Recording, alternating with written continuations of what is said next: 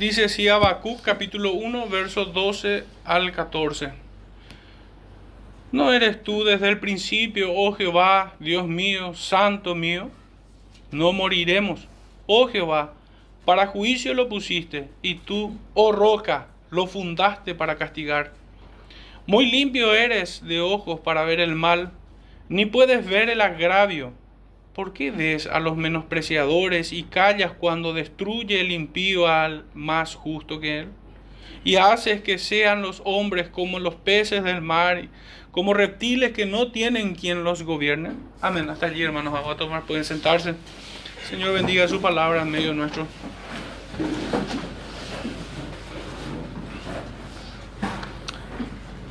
Saliendo un poco de mi costumbre de tratar de encontrar títulos breves para los sermones, hoy un poco más extenso.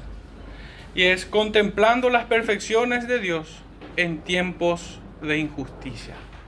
O incluso pudiéramos cambiar esa última palabra, tiempos difíciles pudiéramos decir. Pero ese es el título. Y hay una cita en el Evangelio de Mateo, capítulo 10, verso 16 al 22, dice: He aquí, yo os envío como a ovejas en medio de lobos. Sed pues prudentes como serpientes y sencillos como palomas. Y guardaos de los hombres, porque os entregarán a los concilios y en sus sinagogas os azotarán. Y aun ante gobernadores y reyes seréis llevados por causa de mí, para testimonio a ellos y a los gentiles. Mas cuando os entreguen, no os preocupéis. Y este es el punto, hermanos. Mas cuando os entreguen, no os preocupéis por cómo o qué hablaréis, porque en aquella hora os será dado lo que habéis de hablar. Porque no sois vosotros los que habláis, sino el Espíritu de vuestro Padre que habla en vosotros. El hermano entregará a la muerte al hermano, y el padre al hijo, y los hijos se levantarán contra los padres, y los harán morir. Y seréis aborrecidos de todos por causa de mi nombre, mas el que persevere hasta el fin, éste será salvo. Amén. Hermanos, si nosotros miramos con atención esta cita del Evangelio de Mateo, vamos a encontrar que de alguna manera se dibuja este mismo escenario de persecución, de hostilidad, de injusticia en los días del profeta Habacuc, cuando estamos leyendo justamente esta cita de capítulo 1, verso 12 al 14. En medio de una nación impía, rebelde, obstinada, que se revela ante Dios, hay un remanente piadoso que está sufriendo en medio de ellos. Y que esto no hará más que empeorar incluso. Pero aún en medio de todos ellos, aún en medio de toda esa situación, este remanente piadoso es auxiliado en aquel tiempo. El Señor, por medio de la obra poderosa de su Santo Espíritu en el corazón de cada hijo suyo, de cada nacido de nuevo, Él auxilia a los que padecen, a los que sufren. Y uno pudiera decir, no, pero eso son cosas para el Antiguo Testamento, o esto son cosas solamente para los apóstoles. Hermanos, no es así. No es así. Este es un principio espiritual que aplica sobre todo creyente en todas las edades. El pecado está en este mundo, el mal está en este mundo. ¿Y cómo vamos a pretender nosotros que una persona que procura hacer lo recto delante del Señor no va a ser incordiado por los enemigos del Señor? Y qué notable es coincidir con el salmista, ¿verdad? Que hoy leímos el capítulo 56.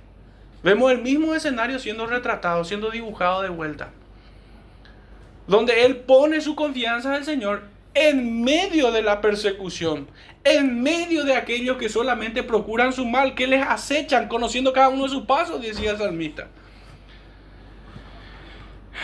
Y es que, en definitiva, debemos encontrar esa aplicación para cada creyente, cuando incluso no comprendemos por qué estamos en medio de una situación como esa. No entendemos por qué estamos en una situación de legítima persecución, porque hay veces que solamente es retribución de nuestro pecado también. qué sé yo, fuimos echados de nuestro trabajo y fue por negligente, porque nuestro jefe no vio en nosotros una verdadera disposición para trabajar. Y allí no es una persecución, es una retribución. Pero supongamos de que fuiste echado porque no aceptaste la coima, o no favoreciste el pecado. Porque aunque hagas bien tu trabajo y no interfieras en la producción de la empresa, tu carácter de santurrón, de querer obedecer siempre a Dios, estorba. Y que por eso sos echado. Bueno, eso es persecución, hermano. Eso sería una persecución. No sea que por causa tuya alguno de tus compañeros de trabajo también se convierta. Y eso arruinen, qué sé yo, las fiestas de fin de año. O sea, ¿cómo que se llama esto? Los almuerzos por el Día del Trabajador. Ya no quiere ir porque hay esto o aquello. Pero si es por eso sí es persecución. Eso sí es verdadera persecución. Pero son muy pequeños, obviamente, casi compararlo con lo que vemos que le acontecía al salmista, con lo que pasaban los discípulos del Señor, la iglesia primitiva de los primeros siglos y el remanente piadoso de los días de Habacuc, es un insulto ciertamente. Comparar ese tipo de persecución que yo traje como algo más cotidiano, más contemporáneo nuestro, comparado con eso, no se podría, ¿verdad? Pero en fin, solamente a modo de muestra quería traer estas comparaciones. Hermanos, vamos a estar avanzando en 3 puntos como de costumbre. Aquí si no me aparto de mi tradición. Nuestro primer punto es tocante al verso 12 y la idea de este primer punto es la eternidad y santidad de Dios. Recordemos que el título es Contemplando las perfecciones de Dios en tiempos de injusticia. Y lo que entiendo que primero vamos a observar en este verso 12 es la eternidad y la santidad de Dios. Más cosas vamos a ver, pero si nos enfocamos en el Señor, en el ser de Dios, esto es lo que entiendo que el profeta exalta aquí. Nuestro segundo punto, tocante al verso 13, vamos a estar viendo que el profeta sigue exaltando las perfecciones divinas. Y en este punto es la pureza de Jehová. Para finalmente, nuestro tercer y último punto, y en el verso 14, tocante al verso 14, vamos a ver que de una manera un poco, no sé si está bien, si uso esta palabra velada, como implícita, como detrás del texto, aunque no de manera explícita, la paciencia de Dios, que es una perfección divina también. Y que está muy relacionada con su soberanía y con su misericordia. Pero en fin, para finalmente hacer reflexiones finales. Ahora sí, hermanos, entramos de lleno en nuestro primer punto. La eternidad y la santidad de Dios. Dice así el verso 12. ¿No eres tú desde el principio, oh Jehová? Dios mío, santo mío, no moriremos. Oh Jehová, para juicio lo pusiste y tú, oh roca, lo fundaste para castigar. Hermanos, me pareció un poco más entendible la traducción de la Reina Valera actualizada 2015, que presenta de esta manera el mensaje del Señor. Dice: ¿acaso no eres tú desde el principio, oh Señor, Dios mío y santo mío? No moriremos. Oh Señor, para juicio pusiste a los caldeos. Y por eso me pareció útil, solamente por esta palabra. Para juicio lo pusiste a los caldeos. Tú, oh roca, lo has establecido para castigar.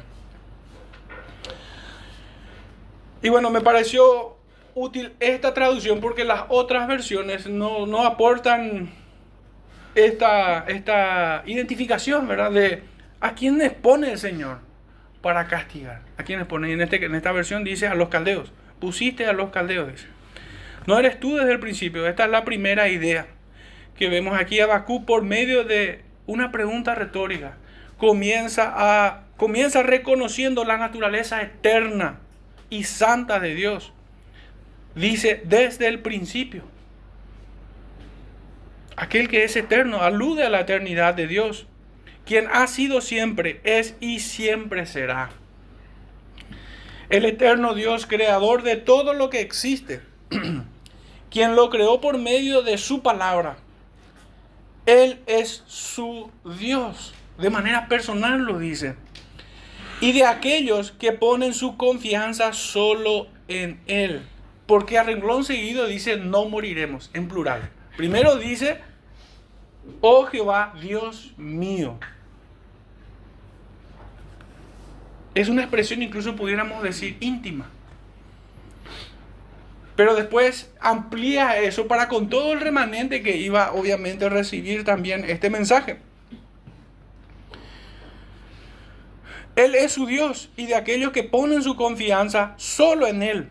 Comunica una relación personal e íntima con Dios, con su Dios, como Él lo dice. Y de hecho que mío, Dios mío, santo mío, 2 veces expresa la misma idea. Esta afirmación no es solo una declaración teológica, una confesión de fe o una doxología al Todopoderoso. Lo es, sin duda. Pero no es solo eso, sino que la intención detrás de esta expresión que contiene obviamente todo esto es una declaración teológica, es una confesión de fe, es una doxología al único que merece adoración. Es todo eso. Pero hermanos, el profeta ancla esta expresión de su fe en medio de tiempos difíciles y de incertidumbre. Es por eso que expresa confianza. Él ancla su fe en esta declaración. Esta es su esperanza. Porque el eterno Dios, el santo Dios, es con él. Es con Él. Su confianza está en Él. Y que para mi gusto, ¿verdad? La expresión más límite o la forma más dramática de expresar esta misma confianza es la que cito muchas veces en ocasiones, la expresión de Job. Aunque me matares, en ti esperaré. Su confianza es plena en Él. O sea, entiendo que esa es la intención detrás de esta declaración. Que contiene una declaración teológica, que contiene una hermosa doxología, y que también es una confesión de fe.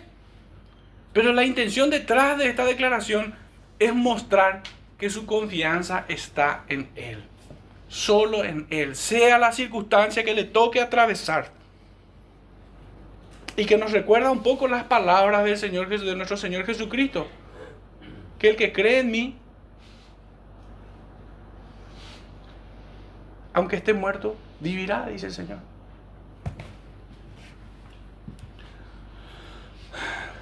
Nos hace llevar la vista más allá de este plano temporal, a la presencia de Dios, en su eternidad, delante de la faz de nuestro Señor Jesucristo. La expresión más contundente y más categórica es: no moriremos. Recordemos el contexto. Judá estaba atravesando un periodo de gran corrupción en medio del pueblo. Tanto que sus propias autoridades, aquellos que debían reprimir la maldad del pueblo, restringir la maldad de ellos mismos encabezaban toda clase de abuso contra los más débiles. La esperanza del profeta es que Jehová no dejará sin castigo a este pueblo rebelde, enviando a los caldeos para azotarlos fuertemente. Estando consciente de todo esto, es que el profeta exclama: no moriremos. O sea que aquí se presenta un segundo adversario o una segunda adversidad. Por un lado, sus propios paisanos, aquellos quienes eran sus hermanos según la carne. Y el segundo adversario que se avecinaba para atravesar sus puertas eran los caldeos, y que venían de parte del Señor para que azoten a estos malvados. De hecho, Calvino comenta: ahora vemos por qué el profeta, la cita de él es: ahora vemos por qué el profeta une estas dos cosas. Tú eres nuestro Dios y no moriremos. Y en verdad, no se puede separar una de la otra. Cuando estamos bajo la protección de Dios, necesariamente debemos continuar seguros y a salvo para siempre. No que estaremos libres de males, sino que el Señor nos librará de 1000 muertes y preservará siempre nuestra vida a salvo. Fin de la cita de Calvino. Es el entendimiento al que llegué, me pareció útil citarlo. Hermanos, cuando nosotros atravesamos momentos de confusión o de duda, de tribulación, de angustia, tiempos semejantes a los de los profetas, donde aparentemente el mal y los perversos caminan triunfantes sobre la tierra. Y de hecho, así fue en los días de Noé, hasta que el Señor abrió las compuertas de los cielos y las profundidades de la tierra. De hecho, así también fue en los días en que los malos construían alegremente la torre de Babel, hasta que el juicio de Dios fue enviado desde el trono mismo, desde su trono. Así de hecho fue también en los días de Sodoma y Gomorra, hasta que cayó fuego y azufre del cielo. De hecho, así caminaba Faraón, mostrándose insultante, hasta que la mano de Dios lo humilló, lo sometió y le dio muerte a sus fuerzas, a su ejército que perseguía al pueblo del Señor. Hermanos, estas imágenes debieron estar en la mente del profeta, afirmando su corazón delante de Jehová, porque la fe es por la palabra, sabemos nosotros. Nuestra fe no viene de algo que desconocemos, no es que nosotros creemos en el Señor sin tener un conocimiento verdadero de lo que Él es y hace. Y hacia donde quiero conducirles es, a modo de consejo o aplicación para todos nosotros, es que cuando nos toque atravesar estos tiempos, como los de Habacuc, recordemos los días de Noé. ¿Cómo fue? Los malos aparentemente caminaban triunfantes sobre la tierra, hasta que el Señor abrió las compuertas de los cielos y las profundidades de la tierra. Así fue con Sodoma, así fue con Faraón, así fue en los días de la torre de Babel, hasta que el Señor dictó sentencia y dijo basta. Por eso es que digo que estas imágenes debieron haber estado en la mente del profeta, afirmando su corazón delante de Jehová. Es una suerte, y si me permiten ser un poco técnico, es una suerte de jurisprudencia, la forma en la que el Señor juzga al hombre, los antecedentes que tenemos. Y de hecho el apóstol Pablo dice que estas cosas para nuestra enseñanza fueron escritas. ¿Y cuál es el propósito que tienen estas historias para nosotros? Simplemente es un recuerdo anecdótico de lo que ocurrió en el pasado. No, hermanos, son en estas cosas que nuestros corazones se deben afirmar que Dios es verdadero y Él no miente, que Él no abandona a su pueblo, que Él es galardonador de los que le buscan, que Él abre las puertas a aquellos que llaman, de que Él concede a aquellos que piden, conforme a su voluntad siempre, claro está, ¿verdad? El Señor no concede una oración o una petición que es solo para gastar en vuestros propios deleites, como dice Santiago. Por eso es que esto es una suerte de jurisprudencia. Si nos ponemos un poco técnicos. Hermanos, comienza las páginas de esta jurisprudencia con el fratricidio de Caín contra su hermano Abel. Aparentemente el mal triunfó sobre el bien allí, si es que representamos a Caín como el mal, como el representante del mal, y a Abel como el representante del bien. Y pareciera ser que ya no había nadie más que cobrara justicia sobre la tierra. Pero no fue así, no fue ese el caso. Dios no lo dejaría sin castigo. Y así fue con Caín. Debemos recordar que Dios no cambia. El mismo Dios que aborrece y castiga el pecado y aplica justicia desde las primeras páginas del Génesis, así es, hasta las últimas páginas del Apocalipsis y más allá de ellas. El Señor es justo. Él no tomará por inocente al culpable, dice la Escritura. Aunque a veces parecen que los malvados caminan triunfantes sobre la faz de la tierra. Sin embargo, se engañan. No es así. No será ese su fin. Él sigue siendo justo y bueno. Hermanos, aquí hay un llamado a la confianza en el carácter inmutable de Dios, en sus perfecciones, en sus promesas, incluso y cuanto más aún necesarias en medio de circunstancias desfavorables o que al menos parecen contradictorias. Es en ese tiempo donde debemos buscar reflexionar en las perfecciones divinas, recordar quién es Dios y que Él es nuestro Dios, nuestro Cristo. El texto sigue avanzando diciendo: oh Jehová, para juicio lo pusiste.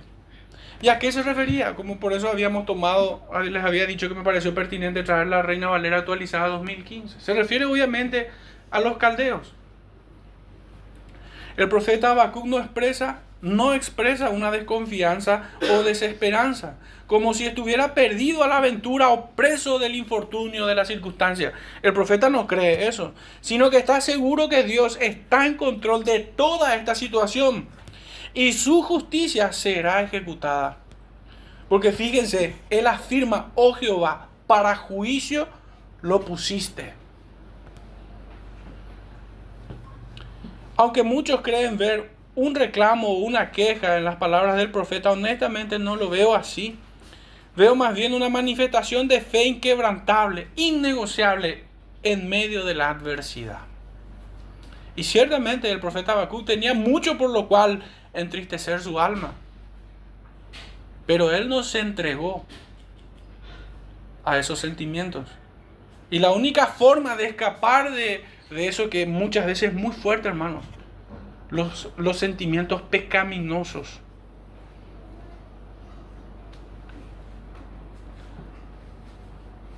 es volviendo a reflexionar en las perfecciones divinas. Cuando creemos que la injusticia nos ha enrollado como una serpiente, como un remolino que nos atrapa, hermanos, recordemos que Dios es justo y que tal injusticia en tal caso solo avanzará hasta cuando Él diga basta. Y esto obviamente apunta ya a otra perfección, que es su soberanía. Él hace como quiere, y su paciencia, que también está unida y también ligada a su misericordia, porque el Señor no lo hace sin propósito. No tolera estas cosas sin propósito, y vamos a verlo también. El profeta sigue diciendo: y tú, oh roca, lo fundaste para castigar.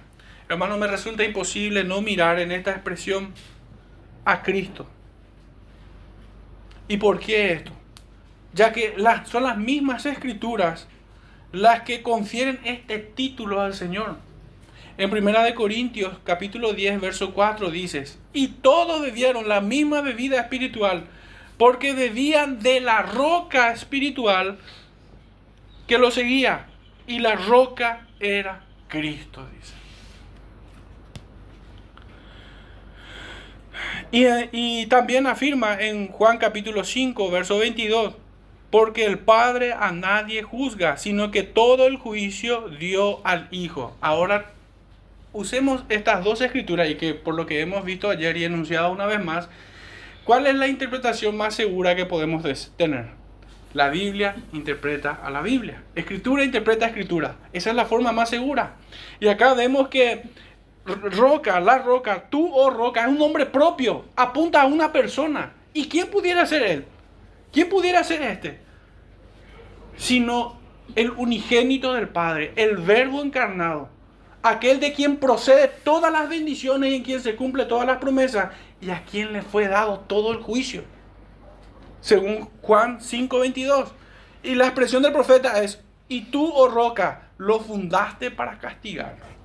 Todo juicio fue dado a Cristo. Él es la roca que concede bendiciones espirituales a los suyos y que caerá sobre los malos para someterlos. Aquí ya no quise pecar de audaz, ¿verdad? Pero les confieso que también pensé en aquella imagen de esa pequeña piedra que cae del cielo y destruye toda la estatua, refiriéndome a la cita de Daniel, que cae para destrucción de los idólatras, de quienes se niegan a adorar y rendirse delante de él. Hermanos, nuestro segundo punto la pureza de Jehová. Tocante al verso 13 dice así: muy limpio eres de ojos para ver el mal, ni puedes ver el agravio. ¿Por qué ves a los menospreciadores y callas cuando destruye el impío al más justo que él? Aparente reclamo. Y obviamente entiendo que es razonable que muchos piensen de esta manera. Ya digo esto de antemano, de hecho, por si alguno lo ve también de esa manera, para mí es razonable que alguno piense que el profeta se está quejando. Es como que ve una incompatibilidad, una incongruencia en Dios mismo, en su carácter y en lo que Él hace. Pero honestamente no es así. Reina Valera Contemporánea traduce de esta manera: si por la pureza de tus ojos no soporta ver el mal, ni los agravios, ¿por qué soportas ver a quienes nos desprecian? ¿Por qué callas cuando los impíos destruyen a quienes son más justos que ellos? Lejos, hermanos, de plantear tal cosa, el profeta, más bien el profeta Habacuc quiere entender el porqué de las cosas. El profeta sabe que Dios es puro de ojos, pero quiere entender por qué soporta ver eso. Y de hecho, ciertamente hay un propósito en todo esto, y que está relacionado con su paciencia, su misericordia y su soberanía.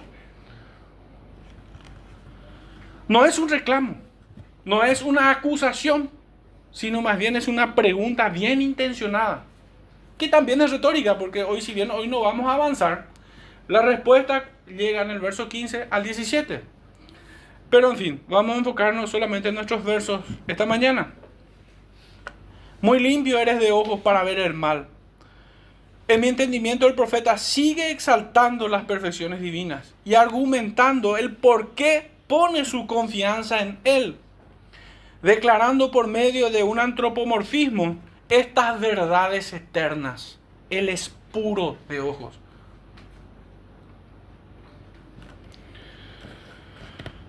Jehová es limpio y puro de ojos. Ni puedes ver el agravio, de hecho, dice. Esta es una expresión que comunica que Jehová no tolera el agravio. No permite que el mal prospere delante de él. Pudiéramos decir incluso que hasta lo sufre. Como nosotros debiéramos de sufrir también viendo el pecado, viendo la injusticia. Nos dolemos con aquellos que atraviesan situaciones semejantes. Pero digamos que la controversia comienza desde la pregunta: ¿por qué ves a los menospreciadores? Vamos a dividirlo en algunas partes. ¿Por qué ves a los menospreciadores? Aparentemente se enfrenta a una contradicción en el carácter de Dios. Por un lado, reconoce la santidad y justicia de Dios. Por otro, observa la realidad de la injusticia y la opresión en su entorno. Y si Dios es soberano, ¿por qué lo permite? Es la pregunta. Sabemos que los impíos y quienes no temen blasfemar el nombre del Señor lo presentan en modo de acusación. Pero aquí el profeta quiere inquirir en los designios eternos, en conocer el porqué, entender, conocer más a su Dios. Él ya sabe que es justo y santo, pero quiere saber cómo obra Él y por qué, como todos nosotros también debiéramos de hacer. Algunos creen encontrar aquí una tensión, pues ¿cómo puede un Dios santo permitir el mal y la opresión? Este es un cuestionamiento completamente ateo, obviamente. Claro está, ¿verdad? Honestamente creo que este razonamiento va de contramano con las primeras declaraciones del profeta. Un poco del concepto que aprendí de alguien que le voy a citar más adelante también, Arthur Pink. Y en uno de sus libros él hablaba sobre el flujo de pensamiento. O podemos decir la línea discursiva. Lo que él viene presentando se contrapone. Es como que está hablando todo de derecha y de repente gira a la izquierda. Eso es lo que quiero más o menos decir. Que va de contramano con la primera declaración del profeta. En el primer versículo, en el verso 2, hermanos, no se puede admitir. Para mí es incontrovertible decir de que el profeta afirma una declaración de fe allí. Está seguro. Hasta podemos decir que es un pensamiento positivo. No moriremos, dice. Su confianza es plena en el Señor. Para mí es incontrovertible eso. Pero si yo estoy diciendo eso y después estoy acusando de que en realidad no, pero acá parece que el Señor está al punto de casi blasfemar, diciendo de que el Señor está cayendo en una contradicción, no cuaja. Al menos tienen que admitir que quienes toman esta línea interpretativa, que hay no solo una bifurcación, no solamente que se separan, sino que son contrarias. Son contrarias las declaraciones en ese sentido. Si así al menos lo tomaran, van de contramano una con la otra. Además, sería muy insensato poner a Dios en el banquillo de acusado e insinuar alguna inconsistencia en su ser, inferir hipocresía o alguna forma de negligencia en Él, por lo cual acontece estos males a Judá. Para mí es imposible ir hacia ese razonamiento. No puedo ni quiero deslizarme hacia allí. Otra línea interpretativa menos mala, creo al menos, sería considerar que el profeta se humilla ante Dios exponiendo sus pensamientos pecaminosos y su fragilidad, diciendo tal cosa. Pero en definitiva, tampoco lo veo así. No se puede acusar pecado en Dios, obviamente. Entonces, por eso es que contemplaría más bien como algo menor asumir que el profeta en realidad está pecando aquí y está exponiendo su pecado. Pero no creo eso. Continúa de hecho diciendo, y callas cuando destruye el impío al más justo que él. Cierto es que la pregunta expresa sinceramente no comprender del todo la situación, aunque en ningún momento es acusando a Dios. Sin embargo, no es extraño que el creyente en sus limitaciones no comprenda, y en la debilidad de la carne, no comprenda del todo los designios de Dios. De hecho, hermanos, si nosotros no tuviésemos el remanente de pecado en nosotros, tendríamos la claridad suficiente para entender todos los designios de Dios. Es por eso que requerimos del Santo Espíritu de Dios que nos guía a toda verdad, que nos ilumina para poder entender. Que gime dentro nuestro, que intercede por nosotros, porque esa es una realidad en nosotros, en todo creyente. Y de hecho por esto es que somos propensos a querer resolver los conflictos a nuestra manera y en nuestros tiempos. Díganme que no. Y estarán mintiendo. Porque es una tendencia natural que tenemos todos. Que precisamente nuestras formas y nuestros tiempos no coinciden con los de Dios. Se fijan que si tenemos estas variables al momento de razonar lo que el profeta Habacuc dice, allí ya es como que, entiendo mejor lo que el profeta está expresando. Un claro ejemplo de lo que hablo es cuando vemos en el apóstol Pedro, o mejor dicho, vemos al apóstol Pedro cortando la oreja a Malcolm en Juan 18:10. ¿Qué estaba haciendo Pedro? Resolviendo a su manera. Resolviendo a su manera. Y no es obviamente lo que debemos hacer. El Señor no aprobó esa respuesta del apóstol, sino que restauró el mal que había hecho por hacerlo a su manera. Por eso digo que es una tendencia muy natural en nosotros. Aunque finalmente veremos al profeta descansar en la perfecta voluntad de Dios. Él no se va a apartar de esta convicción. Él no se va a salir de la roca sobre la cual su fe es firme. La justicia de Dios y el problema del mal. Digamos que es la controversia así en términos bien dogmáticos. Hermanos, reafirmemos que el profeta, en primer lugar, exalta a Dios en sus perfecciones. Y si hubiera alguna forma de reclamo, forma nomás, digo, no precisamente un reclamo. Si hubiera alguna forma de reclamo, no es sobre la base de una supuesta negligencia que pudiera haber en Dios, sino que expone temerosamente el dolor y el sufrimiento que hay en su corazón por ver al remanente piadoso sufrir injusticias. Porque eso es lo que dice, que el impío destruye al más justo que él. Eso es lo que expresa el profeta.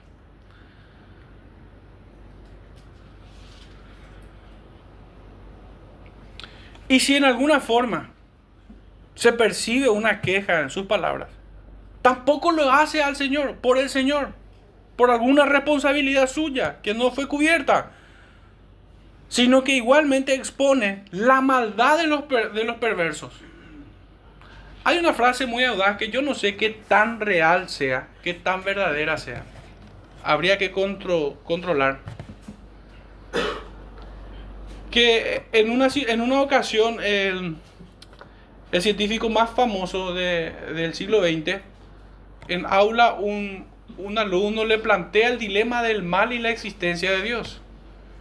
Y su argumento es que si el mal existe, si Dios es justo, es santo y bueno, y existe el mal, o no existe Dios, o es un Dios malo. Es su conclusión. Es un silogismo audaz, pero falso, obviamente. Es una falacia. Y la respuesta del maestro fue de que el problema no es que Dios no exista, sino que el hombre se aleje de él. Parafraseando un poco la idea nomás, estoy presentando esto. No sé si fue cierto esta historia, pero un poco se acerca a una verdad. Que la maldad exista en el mundo no es porque Dios está lejos, o porque Dios es malo, o porque Dios no existe. Eso es una locura. Es necedad, de hecho, pensar ser ateo. Es necedad. Solo el necio dice en su corazón no hay Dios. Entonces descartémoslo ya esa de entrada. Dios se alejó de su tierra, o Dios es malo, de su creación. Dios se aleja de su creación, o Dios es malo. Digamos que son las dos opciones que quedan. Pero eso es falso también. Eso es falso. El problema es el hombre, la maldad del hombre. O sea que ante la pregunta del profeta de por qué el Señor ve a los menospreciadores y por qué calla cuando destruye al impío y al más justo que él, no es un reclamo al Señor, sino más bien expone la maldad de los hombres delante de él.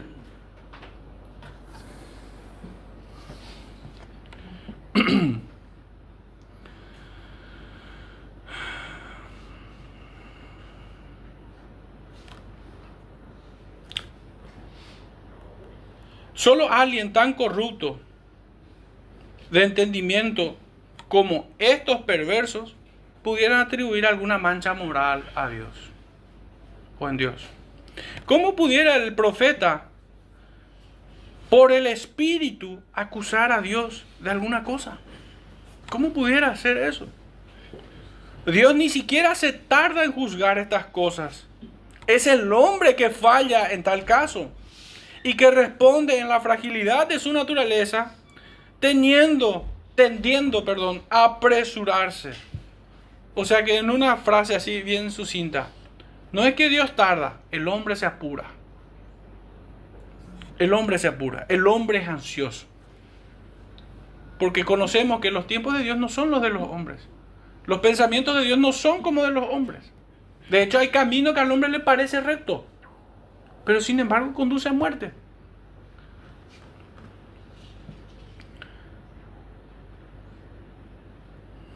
De lo contrario, como dice Calvino, esto rayaría la blasfemia.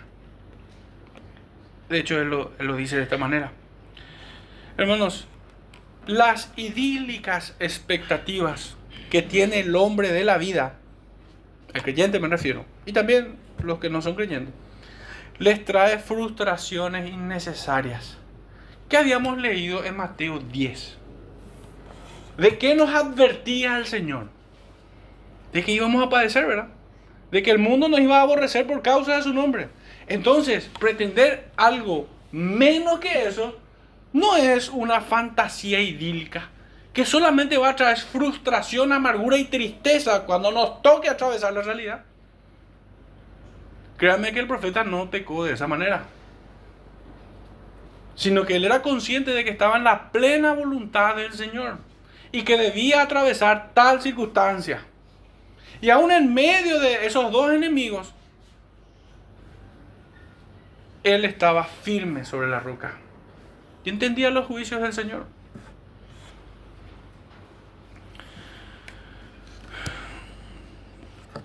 Y repito la frase entonces: las idílicas expectativas que tiene el hombre de la vida le trae frustraciones innecesarias. Segunda de Timoteo, capítulo 3, verso 12 dice: por lo cual, asimismo, padezco esto, pero no me avergüenzo, porque yo sé a quién he creído. Fíjense cuál es la actitud del apóstol al atravesar estas cosas. Yo sé, dice, a quién he creído.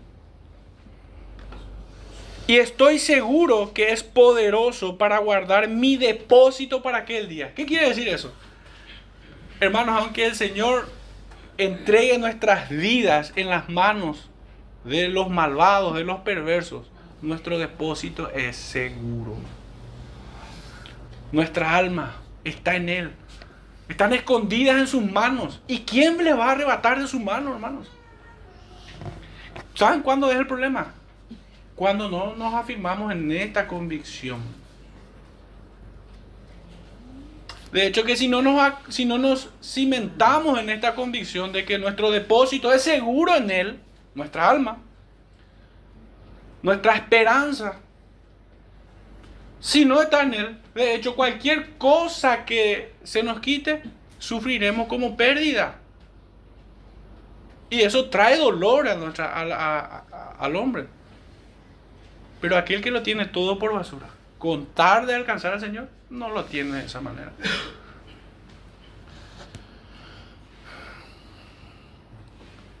Debemos recordar y reflexionar sobre las perfecciones divinas. De hecho, serán un freno a nuestros corazones y mentes para no pecar contra Dios. Esto es útil especialmente en tiempos difíciles, tal como lo hizo el profeta Jeremías. No fue solamente Amós o el apóstol Pablo quien se apropió de esta convicción, sino que en Jeremías capítulo 12, verso 1 dice: justo eres tú, oh Jehová, para que yo dispute contigo.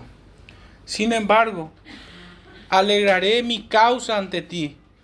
¿Por qué es prosperado el camino de los impíos y tienen bien todos los que se portan deslealmente?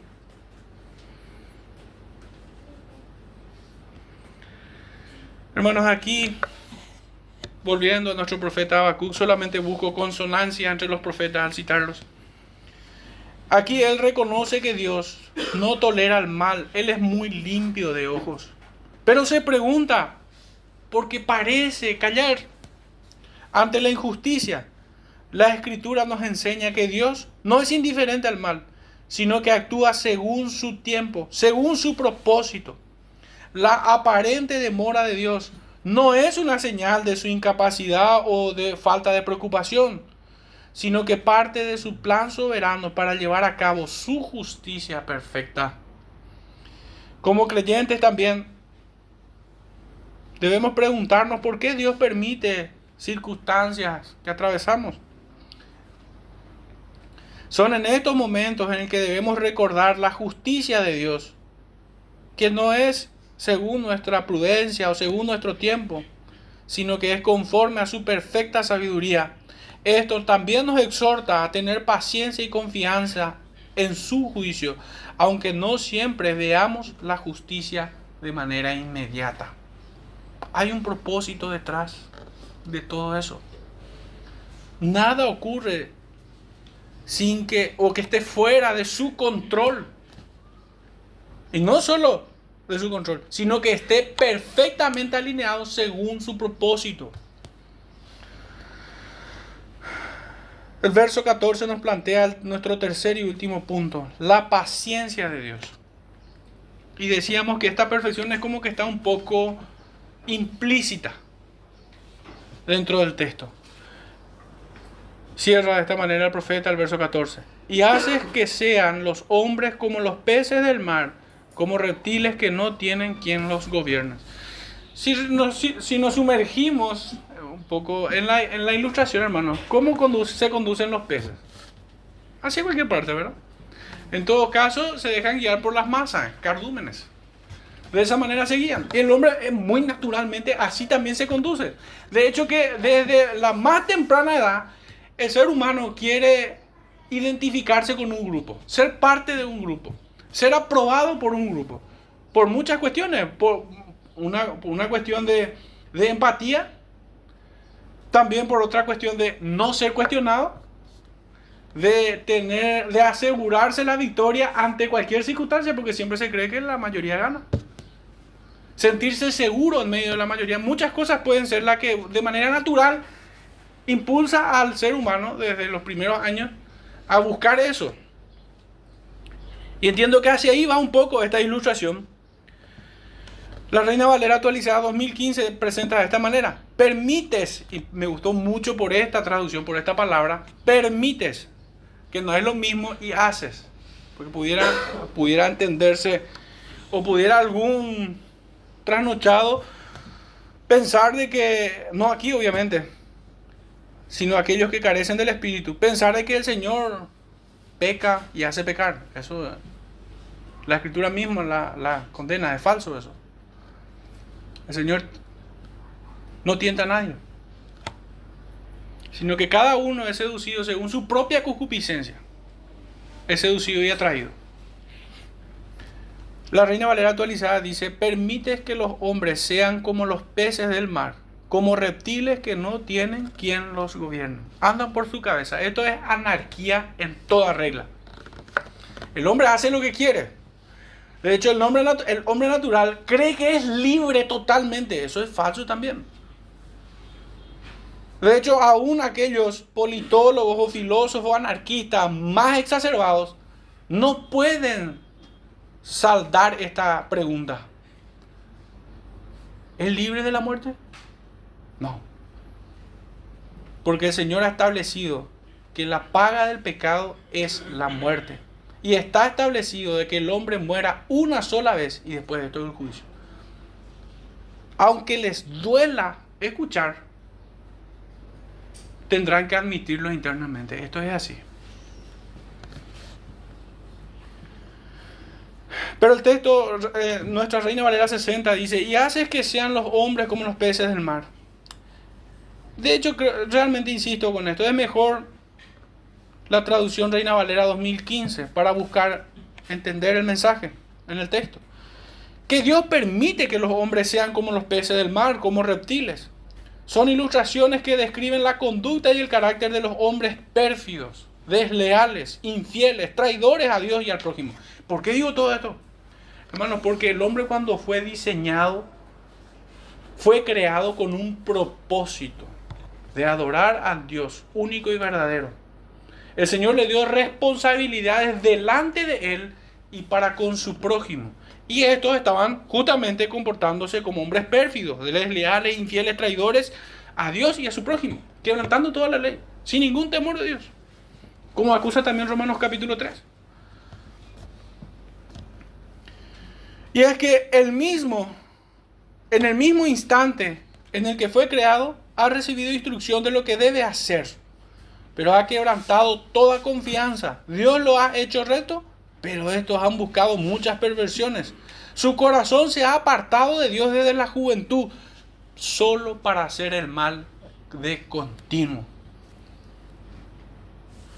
Y de hecho continúa diciendo: como reptiles que no tienen quien los gobierne. Ciertamente aún los siervos fieles del Señor en ocasiones pueden sentirse desorientados en su realidad o ante su realidad, limitados para comprender su voluntad divina y su providencia.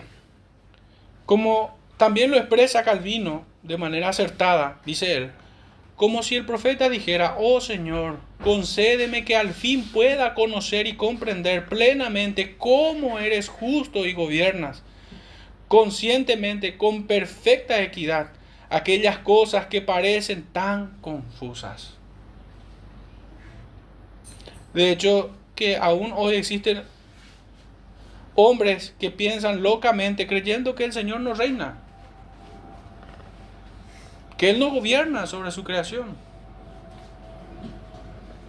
Ignorando obviamente el significado de las palabras del profeta Daniel cuando nos dice de que Él inclina el corazón de los reyes como aguas repartidas en sus manos. Hay muchos que no tienen esta convicción y que la contrarian de hecho. Ciertamente, más allá de esta misma circunstancia, el profeta está convencido que todo se encuentra enmarcado en su perfecta voluntad. Como también lo expresa el apóstol Pablo en 2 de Timoteo capítulo 1 verso 12 dice: por lo cual asimismo padezco esto, pero no me avergüenzo. Esto yo ya lo leí. No me avergüenzo porque yo sé a quién he creído. Sí, ya lo leí, ya lo compartí, lo vuelvo a citar nada más. El profeta no se equivoca en su lectura. Ciertamente cada uno sigue su camino según su capricho, ajenos a la voluntad de Dios. Pero esto es siempre dentro del marco de que Dios lo permite. Dios lo permite, lo tolera, lo soporta, pudiéramos decir. Jehová permite que ellos mismos llenen la medida de maldad. Mateo capítulo 23, versos 32 al 35 dice: vosotros también llenad la medida de vuestros padres, serpientes, generación de víboras. ¿Cómo escaparéis de la condenación del infierno? Por tanto, he aquí, yo os envío profetas y sabios y escribas, y de ellos a unos mataréis y crucificaréis, y a otros azotaréis en vuestras sinagogas, y perseguiréis de ciudad en ciudad, para que venga sobre vosotros toda la sangre justa que se ha derramado sobre la tierra. Y me lleva, hermanos, a aquella imagen cuando el Señor le reclama a Caín: la sangre de tu hermano clama desde la tierra. Desde la sangre de Abel, de hecho dice, el justo, hasta la sangre de Zacarías, hijo de Berequías, a quien matasteis entre el templo y el altar.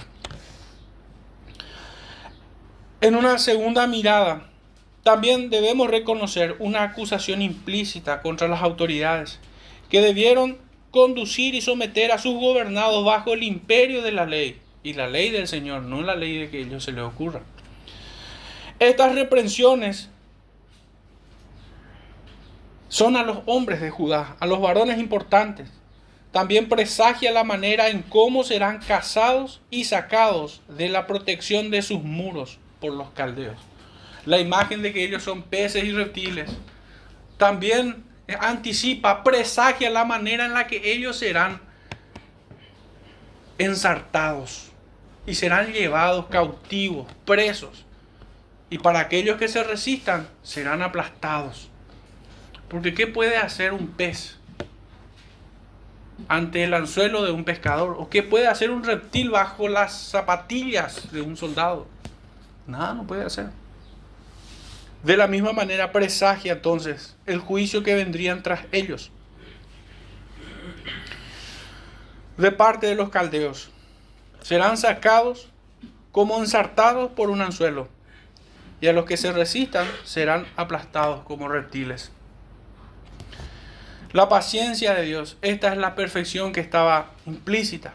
Es una perfección divina que se encuentra implícita en el texto, pues aunque no se menciona de manera explícita, es la conclusión lógica a la pregunta de ¿por qué Dios no los ajusticia de inmediato? ¿Por qué calla el Señor en palabras del profeta? Pero esta perfección divina de su paciencia se encuentra armoniosamente ubicada en su soberanía y en la manifestación de su poder. Fíjense lo que leemos en Romanos capítulo 9, verso 22. ¿Y qué si Dios, queriendo mostrar su ira y hacer notorio su poder, soportó con mucha paciencia los vasos de ira preparados para destrucción?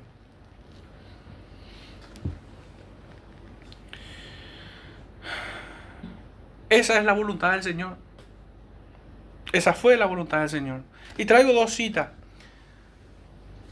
Arthur Pink le cita en su libro Los atributos de Dios a Stephen Charnock, no sé si se pronuncia de esa manera, y él le escribe de esta manera: La lentitud para la ira de Dios es consecuencia de su misericordia. Clemente y misericordioso es Jehová, lento para la ira.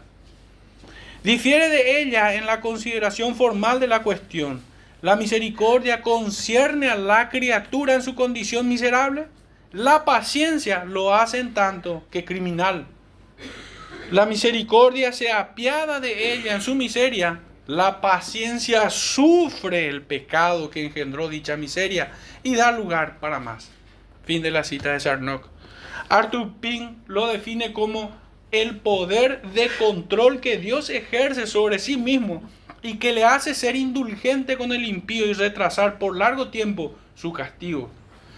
Al mismo tiempo que nos exhorta en unos párrafos también dentro de su libro, cuando dice: cuánto bien nos perdemos al no meditar a menudo acerca de la paciencia de Dios y al no orar fervientemente para que nuestros corazones y caminos se conformen a la misma. Y da una concordancia en Eclesiastés 8, 11 al 14, para mí brutal, relacionado con este tema. Dice así Eclesiastés 8, 11 al 14: por cuanto no se ejecuta luego sentencia sobre la mala obra, el corazón de los hijos de los hombres está en ellos dispuesto para hacer el mal. Aunque el pecador haga mal 100 veces y prolongue sus días, con todo yo también sé que que les irá bien a los que a Dios temen. Fíjense. Él sabe que les irá bien a los que a Dios temen, o los que temen a Dios, le irá bien a ellos. Los que temen ante su presencia, y que no le irá bien al impío, ni le serán prolongados los días, que son como sombra, por cuanto no teme delante de la presencia de Dios. Hay vanidad que se hace sobre la tierra, que hay justos a quienes sucede como si hicieran obras de impíos, y hay impíos a quienes acontece como si hicieran obras de justos. Digo que esto también es vanidad. Hermanos, el Señor en todas las edades se ha mostrado paciente para con el pecador. Y traigo dos muestras más de esto. Primera de Pedro 3:20. Los que en otro tiempo desobedecieron, cuando una vez esperaba la paciencia de Dios en los días de Noé. Fíjense, esperaba la paciencia de Dios en los días de Noé. Mientras se preparaba el arca, en la cual pocas personas, es decir, 8, fueron salvadas por agua. Y Hebreos 13:18. Orad por nosotros, pues confiamos en que tenemos buena conciencia, deseando conducirnos bien en todo. Acá creo que leeré la cita. Pero en fin, avancemos hacia el final. Hermanos, la soberanía de Dios. En la soberanía de Dios se entiende o se enmarca estas perfecciones divinas también. No que esta sea superior a las otras, sino que nos permite entender, podemos armonizar.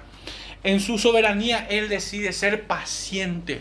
En su soberanía Él se muestra misericordioso. Y Él se muestra, de hecho, de esta manera sobre las naciones. Habacuc compara la humanidad con los peces y reptiles sin gobernante, sugiriendo caos y desorden. Esta imagen refleja la desesperación ante la opresión, donde los hombres parecen estar abandonados a su suerte. A pesar de esta imagen, Habacuc está consciente de que Dios sigue siendo soberano. Aunque el mundo parece estar en caos, Dios es el que ha fundado todo y la sostiene.